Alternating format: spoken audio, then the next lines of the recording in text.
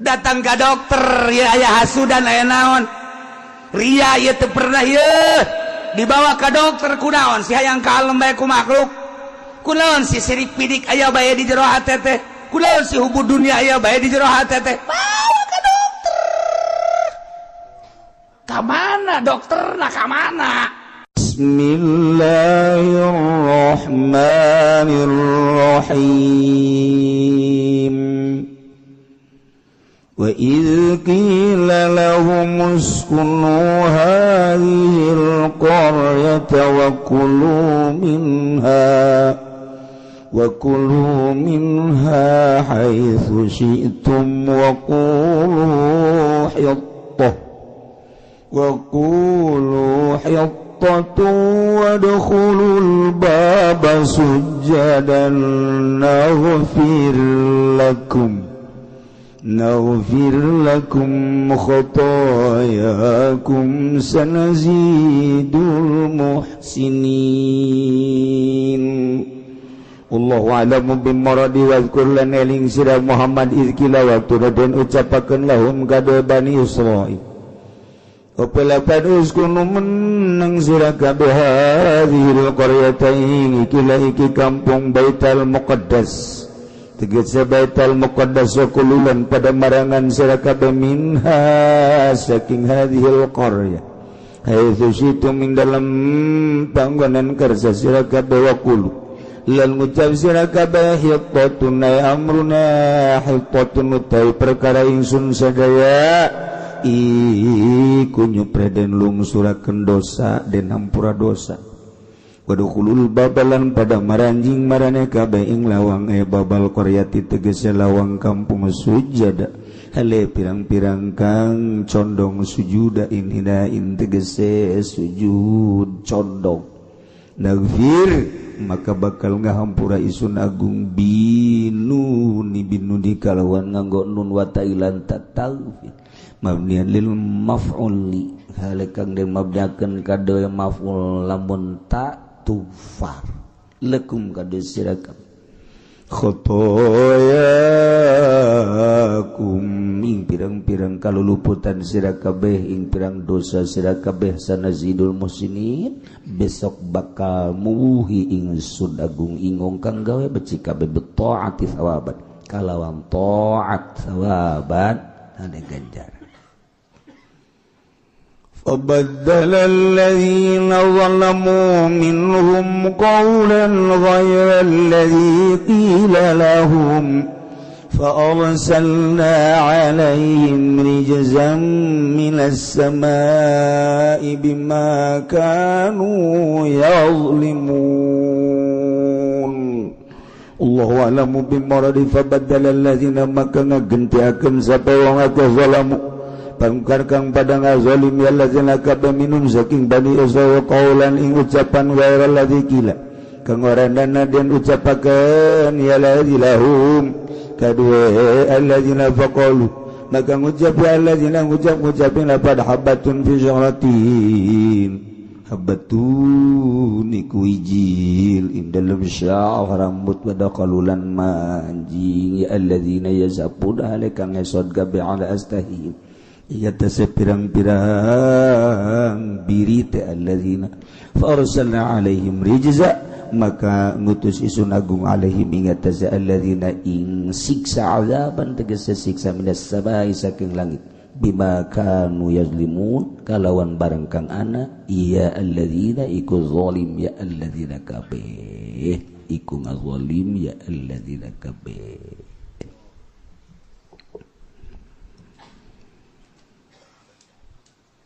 Sakumaha kamari bahwa Kangjeng Nabi Musa alaihi salam kita dakwah ke negeri Palestina kaum titah diringkit ketika datang di jurang tih di gurun tih nu kaayaan rendah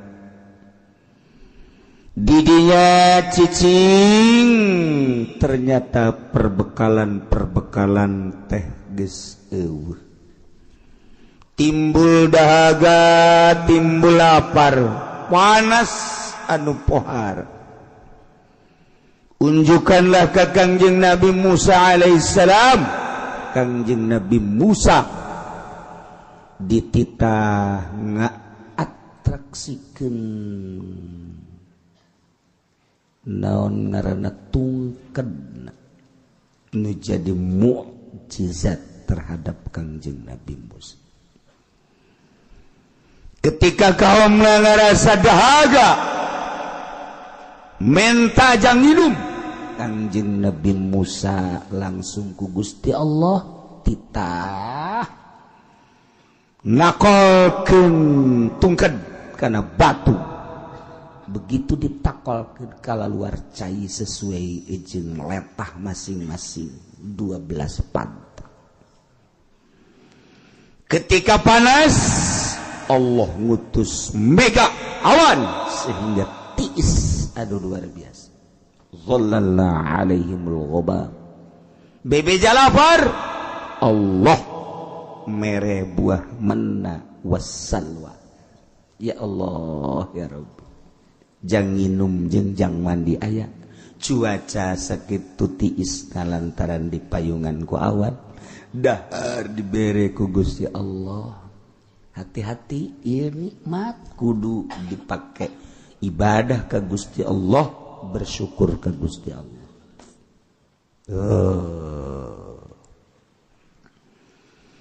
Kangjeng Nabi Musa ku Gusti Allah kita berangkat beserta kaum. Ka mana? Ariha. Ayeuna Jericho. Tinggal sababaraha kilometer deket. Titih Yordania. Berangkat terus ngaler perbatasan antara Yordan jeung Israel. Ngalengkah ka ditu terus bakal datang ka Ariha. Baitul Maqdis nampak. Masya Allah. Cek Gusti Allah Musa, berangkatlah maneh beserta kaum ke Ariha, ke Jericho. Cuman make syarat. Nomor kahiji kudu maca istighfar, ulah eureun-eureun. Ngarasa diri loba dosa, minta hampura ka Gusti Allah tina seluruh dosa-dosa, baik nu gede maupun leutik, penta ka Gusti Allah hampura hiji. Nomor kedua, maneh asup ka negeri Jericho dengan tunduk, abeh katingali kos jelema nu bener-bener berdosa, yakni kadeuleu kos jelema anu DP-DP tawadu. Sageus datang ka ditu dipersilahkan untuk menikmati keayaan negeri eta. Didinya anjeun Musa bakal ningali kasuburan-kasuburan daerah eta. Naon bae didinya jadi, jeung naon bae didinya bakal buahan. Ulah kaget Musa didinya lamun aya cau berbagai cau. Tina cau nu leutik, cau emas, cau kepok, datang ka cau nu gede bakal aya didinya. Samangka ti mimiti samangka nu beuleud nu lonjong nu gede aya didinya. Waluh bakal aya, waluh leutik, waluh gede aya didinya. Paria ti mimiti paria buleud, datang ka paria panjang, datang ka nu sok di batuan panjang, paria koral. Aya kabeh didinya. Cabe keriting, cabe panjang, cabe beureum hejo kabeh aya. Bawang ti mimiti bawang kitu Tegal. Nyawon ka Tegal. Brebes didinya jeung endog-endogna aya. Woi, datang ke bawang kitu Indian bulede aya kabeh. Wortel cara di Cipanas Bandung Parahyangan araya kabeh kadinya. Wah, segala rupa aya. Ulah kaget Musa, begitu datang kadinya, silahkan nikmati halal.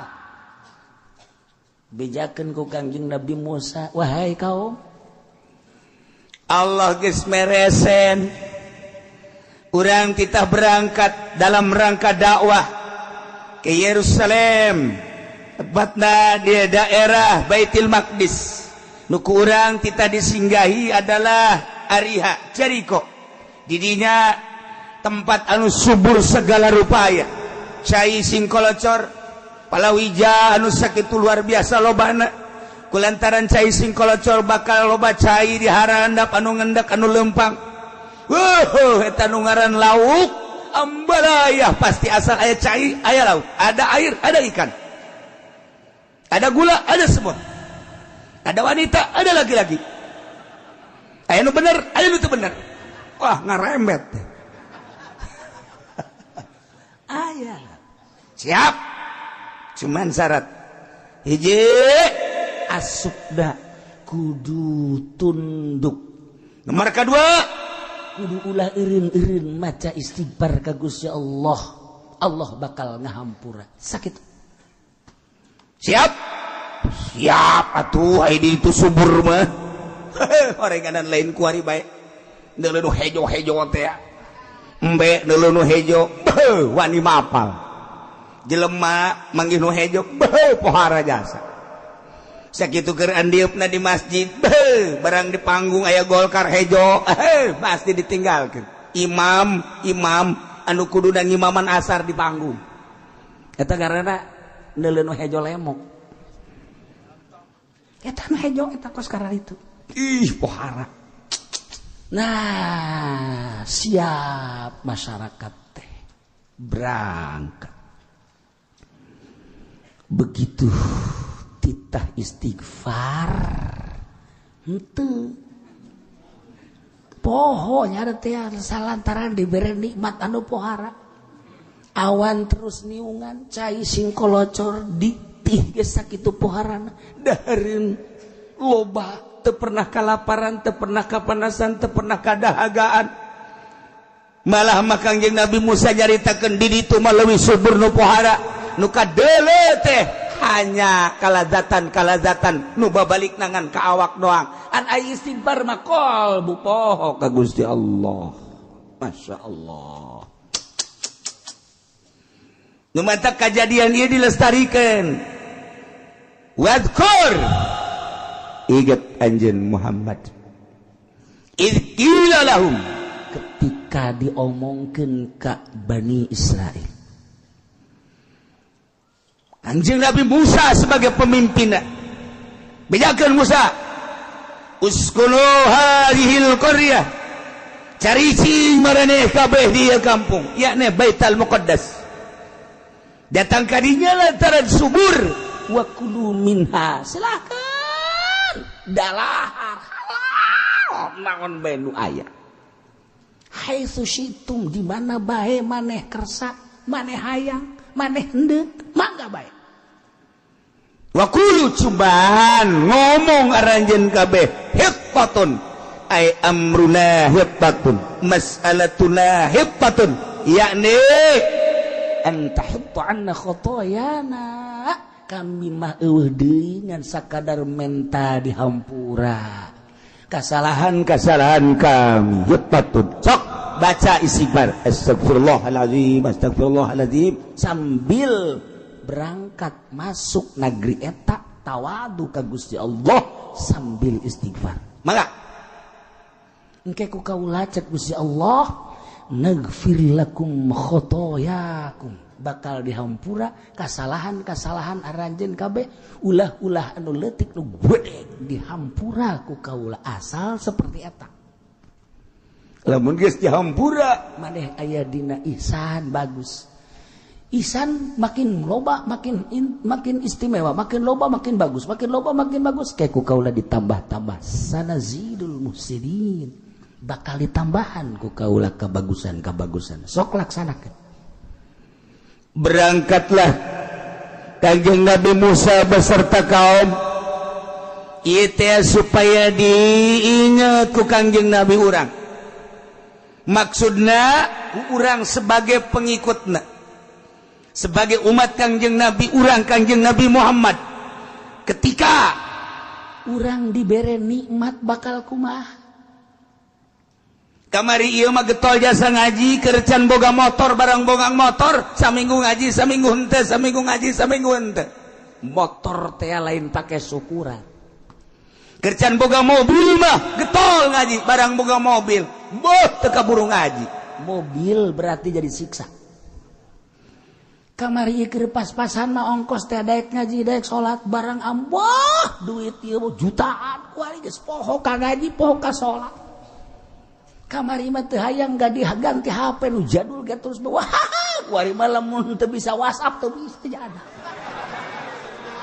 oh harai Masya Allah pengaruh duit pengaruh nggak jauhan ka Gusti Allah ya Allah oh, ya. Kamari mah hirup teh saya aya bae jeung pamajikan teh begitu romantis eger hirup saya aya boho barang boga duit pamajikanna mulai rada tinggalkeun horenganan nyana geus bobogohan deui jeung urang bojong ieu kan mau bencana ya Allah tuh kan luman takwal qur'aning anjeun Muhammad ingat anjeun Muhammad izki lahum waktuna diucapkeun ka Bani Israil uskunu hadhil qaryah sok geura asup cara ricing maraneh di kampung ari hayana Baitul Muqaddas kaayaan kampung nu sakitu suburna bubuahan tatanen jeung sajabana wa kulumin haitsu syitum sok geura dalahar ku anjeun kabeh di mana bae anjeun hayang wa kulu hitatun jeung ucapan anjeun ulah eureun-eureun hitatun ieu minta dihampura tina sakabeh dosa wadkhulul bab asup maneh kana lawang kampung begitu memasuki sujada dongkok nagfir lakum kaula bakal ngahampura cek Gusti Allah lakum ka aranjeun kabeh khotoyakum kana dosa-dosa aranjeun kabeh borono leutik nu bedek kabeh dihampura ku kaula lamun bade geus dihampura berarti geus bagus kabagusan moal diantep sakitu sanazidul muslimin bakal ditambah-tambah kahadeanana Masya Allah fabaddala alladzina zalamu minhum qawla kumaha kajadianana ternyata manusia makos kitu sakitu dipimpin ku Nabi fabaddala alladzina zalam ngagantikeun jelema-jelema nu zalim di golongan-golongan Bani Israil qaulan kana ucapan ghairal ladzi qila lahum nu teu dititah kamaranehana dititah nama ngucapkeun teh hitatun teh sarua jeung menta hampura menta dibicen dosa hitatun titah ngomong eta begitu asup ka negeri ariha bari kayaan dongko bari ngomong hitatun bahasa hitatun teh hartina eueuh deui kahayang kami urusan kami pamenta kami mah iwati menta hampura dipicen dosa tina sakabeh dosa titah maca hitatun diganti ku nyana habbatun deuk nanaonan coba diganti ku habbatun sisikian aya oyong asikian aya waluh asikian endahan diganti kos kitu teh nyana mah tah barang sisikian kabeh ge aya buah asikian aya awewe asikian maka dia orang Bani Israil mah bloon aja cak awewe geus lalaki ge asikian kami onam hiji sia mah dua henteu teman teh kadinya sepajar bebeneran beus ya mah abatul bisyarati masya Allah karim diganti ku jada dititah baca hitatun ku Gusti Allah diganti habbatun eta beda saeutik hitatun habbatun urusana hitatun mah menta hampura ai habbatun mah dunia sisikian makan dunia ngaran Jadi tetap baik titah urusan anak istighfar tetap nama dunia baik. Titah ka Allah atuh heula ieu salat tetap baik dunia. Sakilang daek ge salat hatena dunia. Iku mah supaya baik. Itu eureun dunia kira urang ninggalkeun dunia. Kita atuh eureun tan ninggalkeun dunia semet keur salat beheulangan teu bisa urang teh dunia bae. Masya Allah kabawa eta ka salat dunia. Urang usaha naon bae kabawa ka jero salat, tani kabawa ka jero salat. Urang jadi guru kabawa ka jero salat. Urang jadi politikus kabawa ka salat. Urang dagang karung goni aya bae. Aya bae sagala rupa aya bae. Masya Allah eueuh ditinggalkeunana. Ieu teh kumaha coba ieu? Teu kumaha eueuh nu ditinggalkeun ke salat kayak komo di luar salat. Tah ieu urang geus hampir nyarupaan ka Yahudi. Tita istighfar hitatun nyuhunkeun hampura Gusti dosa abdi. Dosa anu leutik, dosa anu gede hampura Gusti. Ieu kanikmatan anu dipasihan ku Gusti ka abdi teh Gusti hese syukuranana.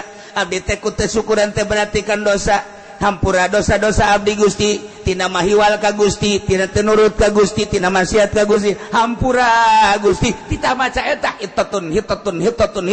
Ketika berangkat masuk bari tunggul hitatun diganti ku nyana habatun.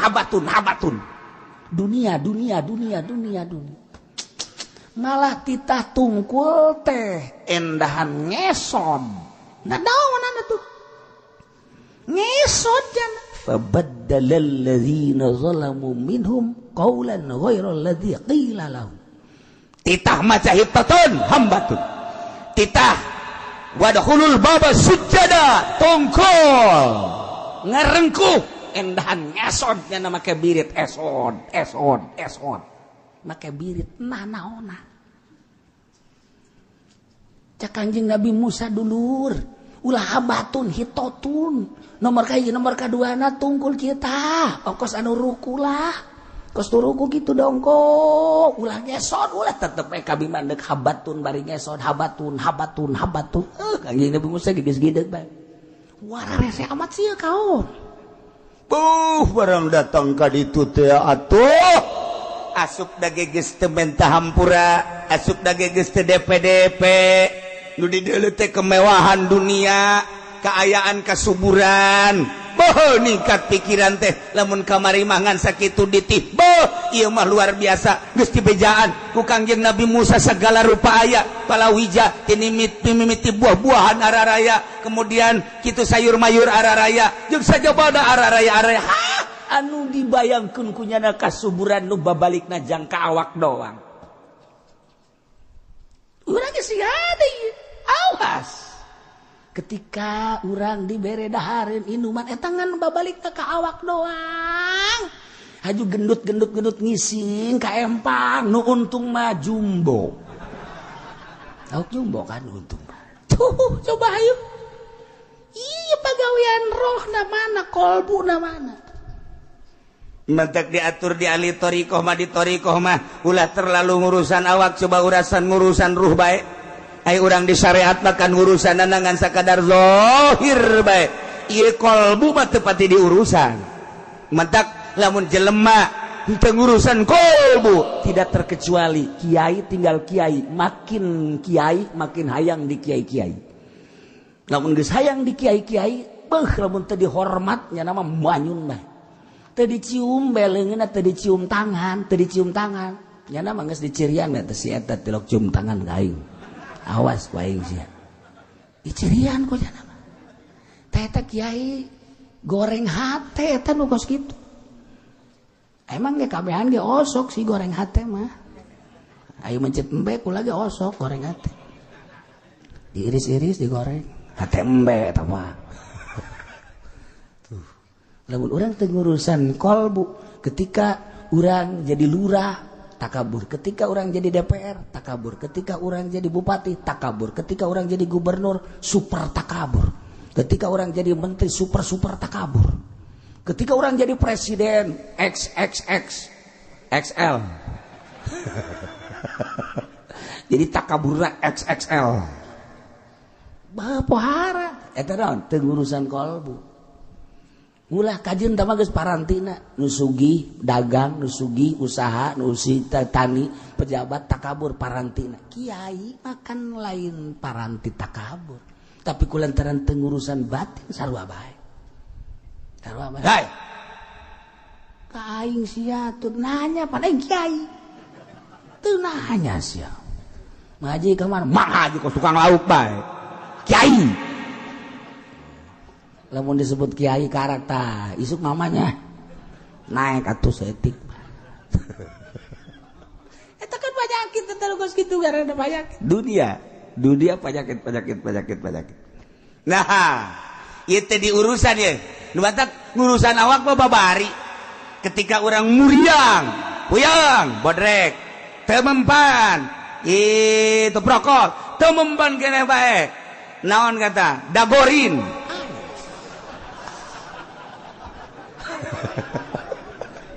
Leng-lengannya nangis. Bisa kan orang? Nah, geus beres. Masih kene-kene kan ka mantri. Mantri can mampu kan orang ke dokter. Dokter can mampu kene we opnam. Urang ge opnam. Dokter ieu kurang hebat rumah sakit kita pindah urang ka Cipto. Cipto kurang hebat Singapura. Oh. Singapura masih kene kurang kene bae Jerman. Ya Allah, eta orang urusan awak mah berani kos gitu. Ketika penyakitan awak kurang teh hasud, kunaon teu pernah dibawa ke dokter. Hasud teu pernah dibawa ke dokter. Coba sekali-sekali orang datang ke usaha insani. Siapa nama? Saya Pendi. Oh iya. Keluhannya apa? Saya hasud, Pak.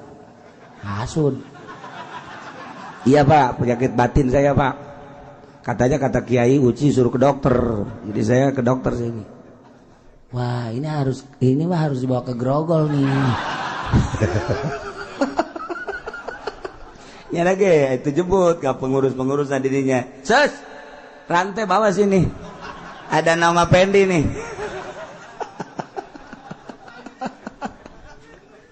Itu pernah orang datang ke dokter, ya aya hasudan aya naon. Ria ieu teu pernah ieu dibawa ka dokter kunaon si hayang kalem bae ku makhluk. Kunaon si sirik pidik aya bae di jero hate teh. Kunaon si hubud dunia aya bae di jero hate teh. Bawa ke dokter. Ka mana dokterna ka mana? Ya ka kiai. Datar urang ka kiai. Waalaikumsalam. Waalaikumsalam. Nurutkeun cek Ki Uci aing lah. Datang ka kiai lah. Ceng, Abah di mana, Ceng? Aya di jero. Abah kenaon Abah? Nonton TV. Puyang nyana aing rek berobat, orangnya aja gering. Wah, teu beres si kiai. Itu ya. Bebeja nyana, bah ya tamu daharep tamu. Saha gitu. Oh, si Pendi jeung teman. Kade. Kunaon? Mama keur neuleuh bola ieu babarna. Jarakan neuleuh mah neuleuh bae tapi hate mah nyelemet bae si kiai kok goblok-goblok deui. Nah neuleuh main bola, aju nyahoan nyana deui. Wah, teu beres ieu berarti lain kiai obat, lain tukang obatan, obataneun teh mah kos kitu. Pindah deui aing. Ayo aing boga kreditan ieu lah coba mentak coba pendapat ka kiai. Coba nyaon. Waalaikumsalam. Ya sia ieu. Oh, alhamdulillah. Deuk. Yuk minum. Enon tuh kula dek berobat ka kiai. Enon tuh kula ngridit mobil ieu 3 tahunan ku ari ayeuna 1 tahun 2 tahun dit can kabayar. Ieu kumaha minta doana. Sakalian lamun sadek bayar nu mama ge nu mama. Ieu can kabayar, pangmayarkeun nya goblok teh coba. Ieu tolol ieu mama ieu. Jadi aing ka babandulan ku nyana. Geus bae aing boga babandul, nyana leuwih buat deh babandulna. Tak agak ledeg gitu. Tungtuna mah pentah, eta lain kiai kos kitu.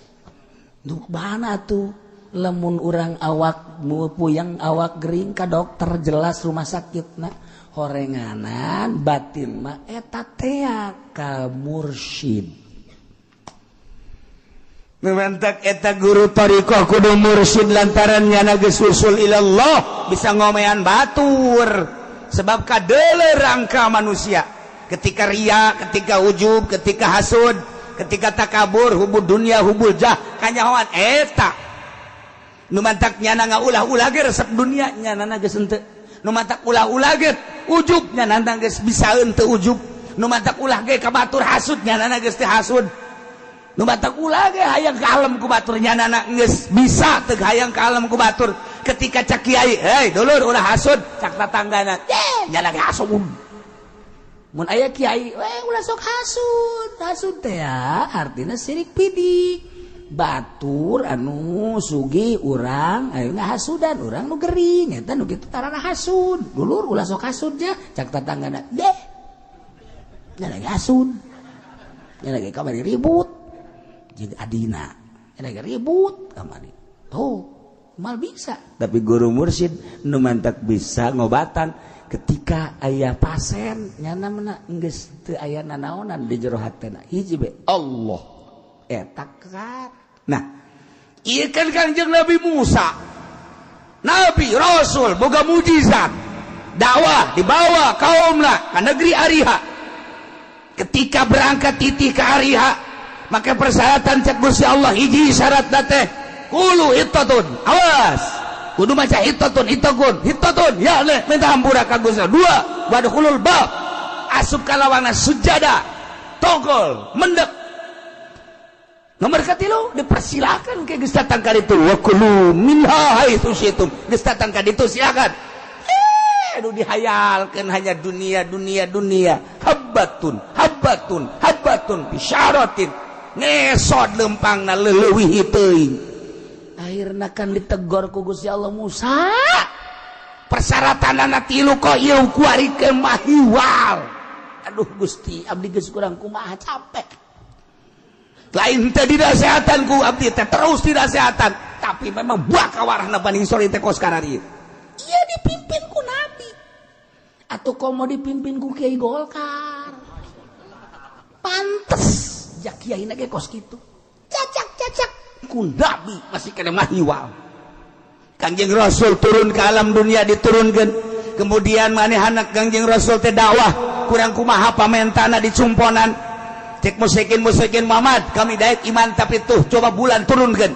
sanggeus turun kena bagi dua kena maca syahadat kemudian ngamprok deui berangkat deui tah lamun geus kos kitu ku kami kakadak daek iman mun kami bisa kos kitu kaula bisa kos kitu bareng iman kami saksian cek Kangjeng Nabi Muhammad praktekeun cek Gusti Allah Jibril datang tonton ku musyrikin langsung bulan titah diawean ku Kangjeng Nabi kadi bulan turun set belah dua plak nu hiji asup kadi terus keluar deui maca dua kalimat syahadat asyhadu an la ilaha illallah asyhadu anna muhammadar rasulullah berangkat deui keluar kumaha iman maneh teu ka kaula bahwa qala rasul pohara sihir maneh Muhammad weh budak kawari sihirna pohara jasa hijab makos gitu ketika henteu diberi hidayah mujizat pajar sihir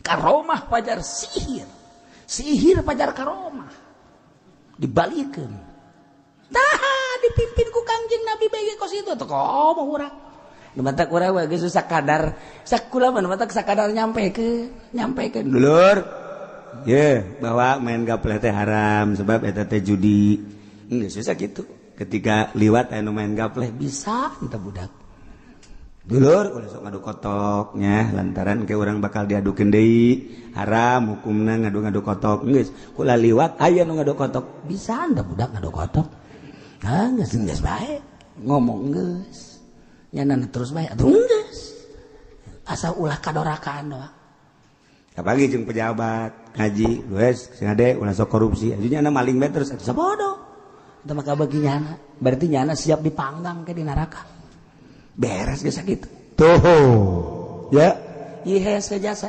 ngurusan awak bababari tapi ngurusan kolbu mah hese ya Allah ketika aya nu geus bisa ngurusan kolbu indah sebab naon jelema nu geus bisa ngurusan kolbu eueuh sekat jeung sasaha ge akur bae sebab kabeh makhluk Allah urusan pagawean jeung aktivitas urusan nyana mangan sakadar dititah soteh dakwah ai dae ke narimana ente mah tunggeus eueuh nanaon jeung sasaha bae ge akur bae nikmat kapanggih jeung sabae nu ngamanggihan ge akur bae ngeunaheun bae sebab laon eueuh nanaonna nu sugih datang teu pernah dipenta nu susah datang menta dibere ala kadar bae mah anu gering minta didoakeun yeuh mun teu cager paeh tinggal gitu doang beres jagerkeun nu mehkeun mah Gusti Allah gitu urusan beres geus jadi geus kacumporan kabeh nikmat toh lamun urang batin urang geus buleud ka Allah bae hampang engke kabaca nanaon situasi-situasi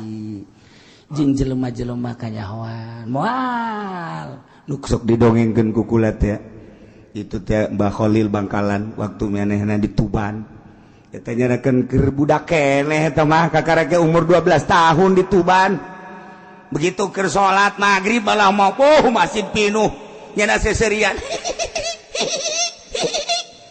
cak imamna teh seserian saha eta budak bandeng serina lain sakadar seserian biasa bandeng geus diancam bae ku guruna aing eureun tanya saha teh budak beres Assalamualaikum langsung lain wiridan nangtung siapa tadi yang ketawa-ketawa ngeganggu salat siapa cicing bae nyana ngan eta kudu di sisina ini nih yang ketawa-ketawa nih sini kamu kalau sholat jangan ketawa-ketawa ini kan tempat sholat lagi ibadah kepada Allah jangan ngeganggu jadi kalau ngeganggu itu satu kamu batal sholatnya kedua ngeganggu udah berapa kamu itu dosanya jangan lain kali jangan ya awas kamu kenapa kamu ketawa-ketawa saya ngelihat Mbak Kiai katanya di sininya ada nasi iya ada nasi baku lagi digitu-gituin tuh katanya terus mau makan saya kenapa makanya saya ketawa tuh masa Kiai sih di hatinya ada nasinya emang Kiai keur endek ngimamanana lapar haju Kiai teh boga pikiran aing mah moal wakadar sebab tas magrib dek ngariung tolol teh Kiai pan eta sarua jeung si eta kitu kan pikiranna eta Kiai langsung Masya Allah katebakeun ku nyana hate aing ya Allah ya Rabbi isi dah langsung ditekel eta Ki Khalil Bangkalan nanti ke rumah ikut langsung diajak berarti lain jelema sambarangan ieu bisa jahueun kan mohon maaf oh jangan sama saya sama Allah budak kene umur 12 tahun geus bisa kos kitu urang lamun aya Ki Khalil ku hari atupan di hate urang mah macam-macam kabehan macam-macam geus lain sangu bae di urang mah tuh katimus aya katimus cucur atuh aya urang mah isin nya naon sangu doang ayo urang apa ya Allah ya Rabbi gegetas aya urang eta kanyahoan ku ahli Allah mah kanyahoan moal ya Ahmad anu embung ngamamun ka Imam Ghazali teh ya sehingga Imam Ghazali pan kaget bebeja ka mana kunaon kula ku batur mah dikiaikeun ayo adi kula mah pan adi kula anak emak eta teh mah mung ka kula panggil coba mak panggil Ahmad batur ngamakmum ka kakak sia teh pan kiai gede batur ngahormat sia teh rek ngamakmum kunaon henteu kunaon sih mak ngamakmum tuh moal mah emang kunaon itu getihan atena getihan oh najis panai getih mah masa kula ngamakmum kanu aya najisan panggil deui ka sore Imam Ghazali adi sia ku mah geus ditanya aja kunaon cenah mak cenah najis sebab hate sia cenah getihan atuh embung nya ngamakmum kanu aya getihan wajan najis masyaallah ma ampura kula keur ijtihad hem kula keur ngaijtihad hukum head ieu teh ieu berarti kajahoan ku adik kula berarti luhuran adikna ti heula kakarek deui hampura di dinya lah mulai Imam Ghazali ruda langsung ninggalkeun tempat 13 tahun ngalalana Imam Ghazali hayang husul ilallah santri masyarakat anak pamajikan tinggalkeun mulai ti negeri Tus cenah ka Baghdad, terus ka dieu ka mana ka Mesir, terus ka dieu ka Aqsa ka Yerusalem, di Masjid Aqsa nyana di dinya terus bae di menara Masjid Aqsa cici bae di kubahna tahunan nyana teh ibadah ka Gusti Allah terus ka Syria ka ditu 13 tahun ninggalkeun tempat hayang ngusulillah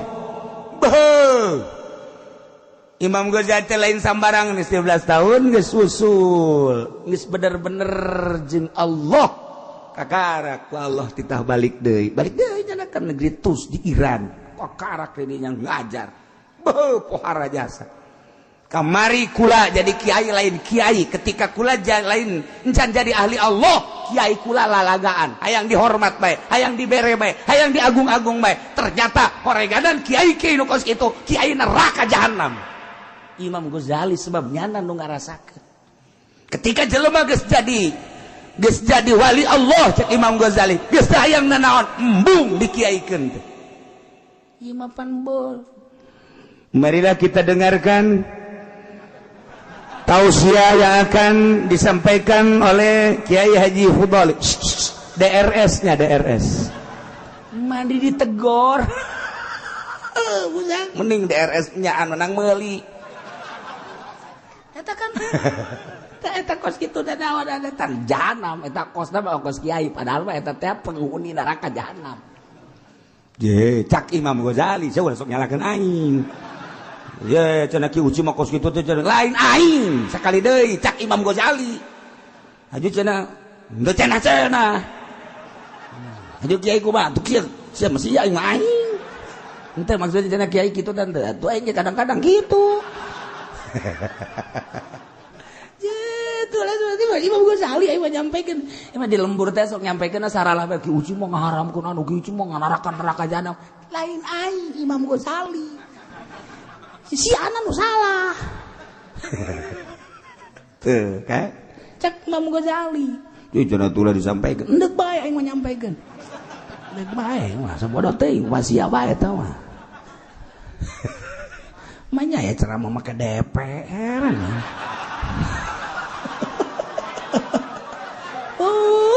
kira-kira budak teu mah alabatan Abu Jahal lagi bapak nadi Abu Jahal tah mah belah ditu Abu Jahal 2 kilometer lah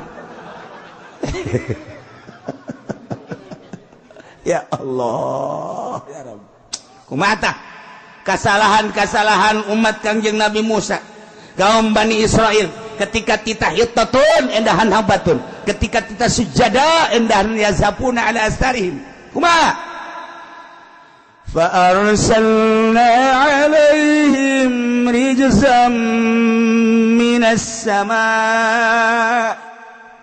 kubangka warahna kaum Bani Israel tenurut ka Gusti Allah dipimpin ku Kangjeng Nabi Musa Gusti Allah murka ka kaum kamurkaan Gusti Allah maka Gusti Allah nurunkeun siksa fa arsalna alaihim rijza siksa ku Gusti Allah turun di langit langsung berbentuk seuneu ditambahan ku angin wah suasana panas nembus langsung ka jantung percis kostoun sing gelepak jelema guplak parai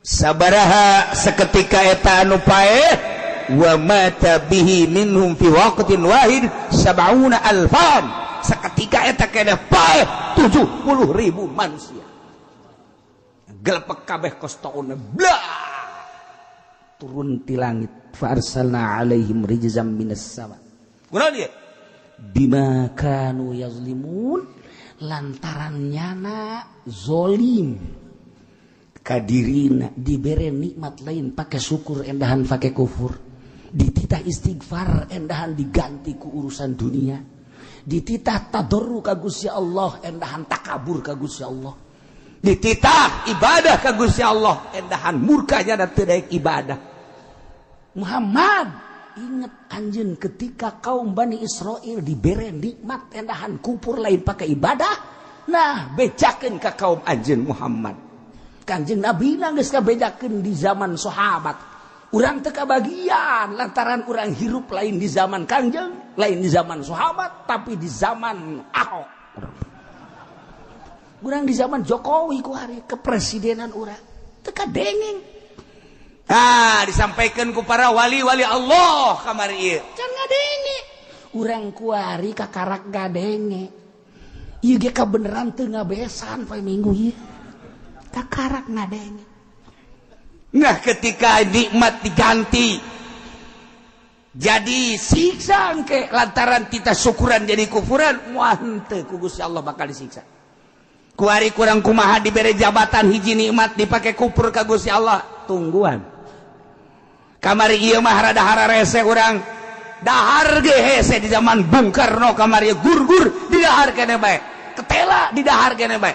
Eta anu gitu nandangder anu dicacagan dikaluhurkeun haju dipoe haju diala di dahar naon eta ngaranna tuh dasar sia mah beuki gatet nyaho aing ge kita tadi ge gatet kan aing ngadenge ti sungut sia reng nyaho sia ka gatet di dahar kan masyaallah yang segala rupa jagong campur sangu eta teh campur bees ngaranna naon eta ngaranna gur-gur cak aing tadi gur-gur ngamang keneh bae sia mah hese tapi kan saat eta mah nu ngaji di lembur teh loba asal magrib dararatang kadinya lip jabar be jabar ba bate jabar tatu jabar satasa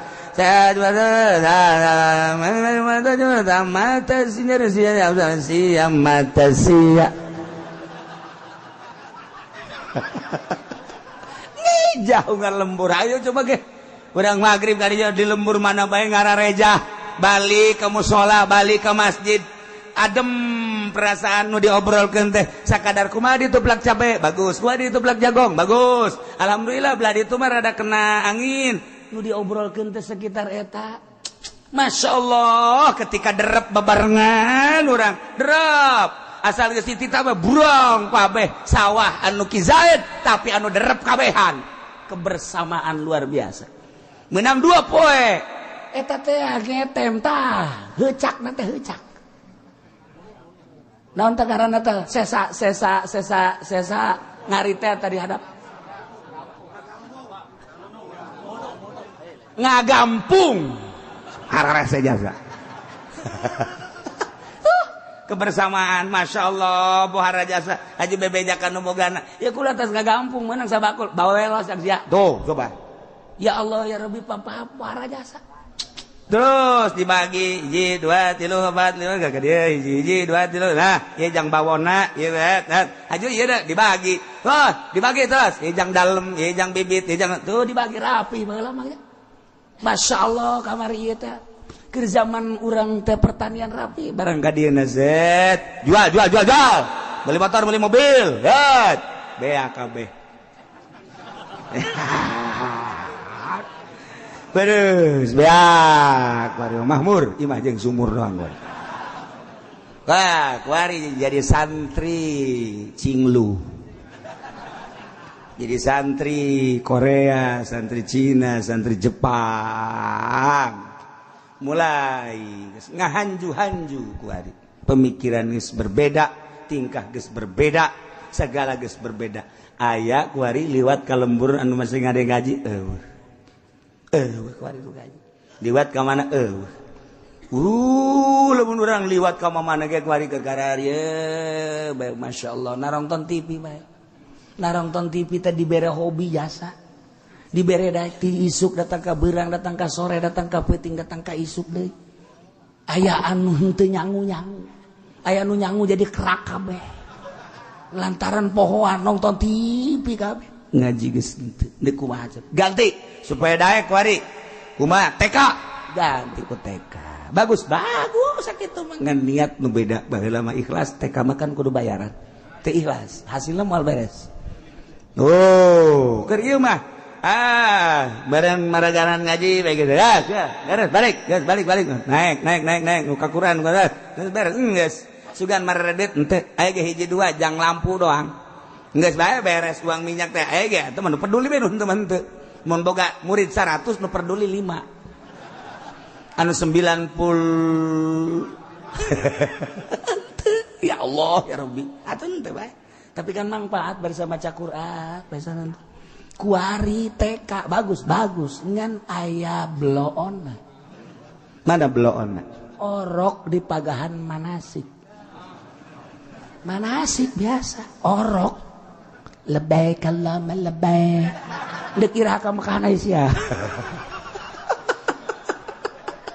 aya orok di pagahan manasik Haji geus beres tebagahan manasik. Bulan yang akan datang kita sama-sama ke Pondok Gede untuk melaksanakan tawaf bersama dan sa'i bersama. Cuman harus naik bus biar supaya enggak hilang. Terus harus anu-anunya ongkos bus enggak mahal sih cuma 100.000. Karena anak kecil bukan 50 isinya 100 sudah enggak apa-apa. 100 kali 100 berapa? 100 kali 100 berapa? Gegerahan atuh siang buta. Angel aing mah greget dasar. Lamun 200.000 jadi sabar duit. 20 juta kaditu cuman 3 juta atau 4 juta.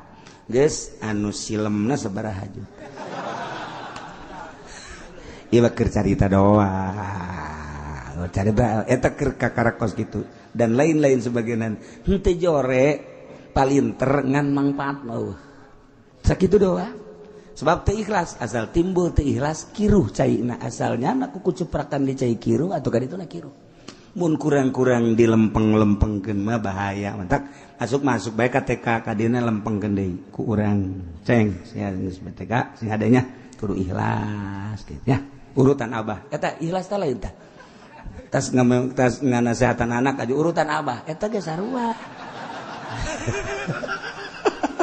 abah mah cenah teh ikhlas ada udak di balik batu cak anak bisa anta anak tuh ya iya mentak disiksa ke Gusti Allah fa arsalna alaihim rizqan minas sama'i bima kanu yazlibun parae kumaha kalanjutanana setelah paeh was alhum wallahu a'lam.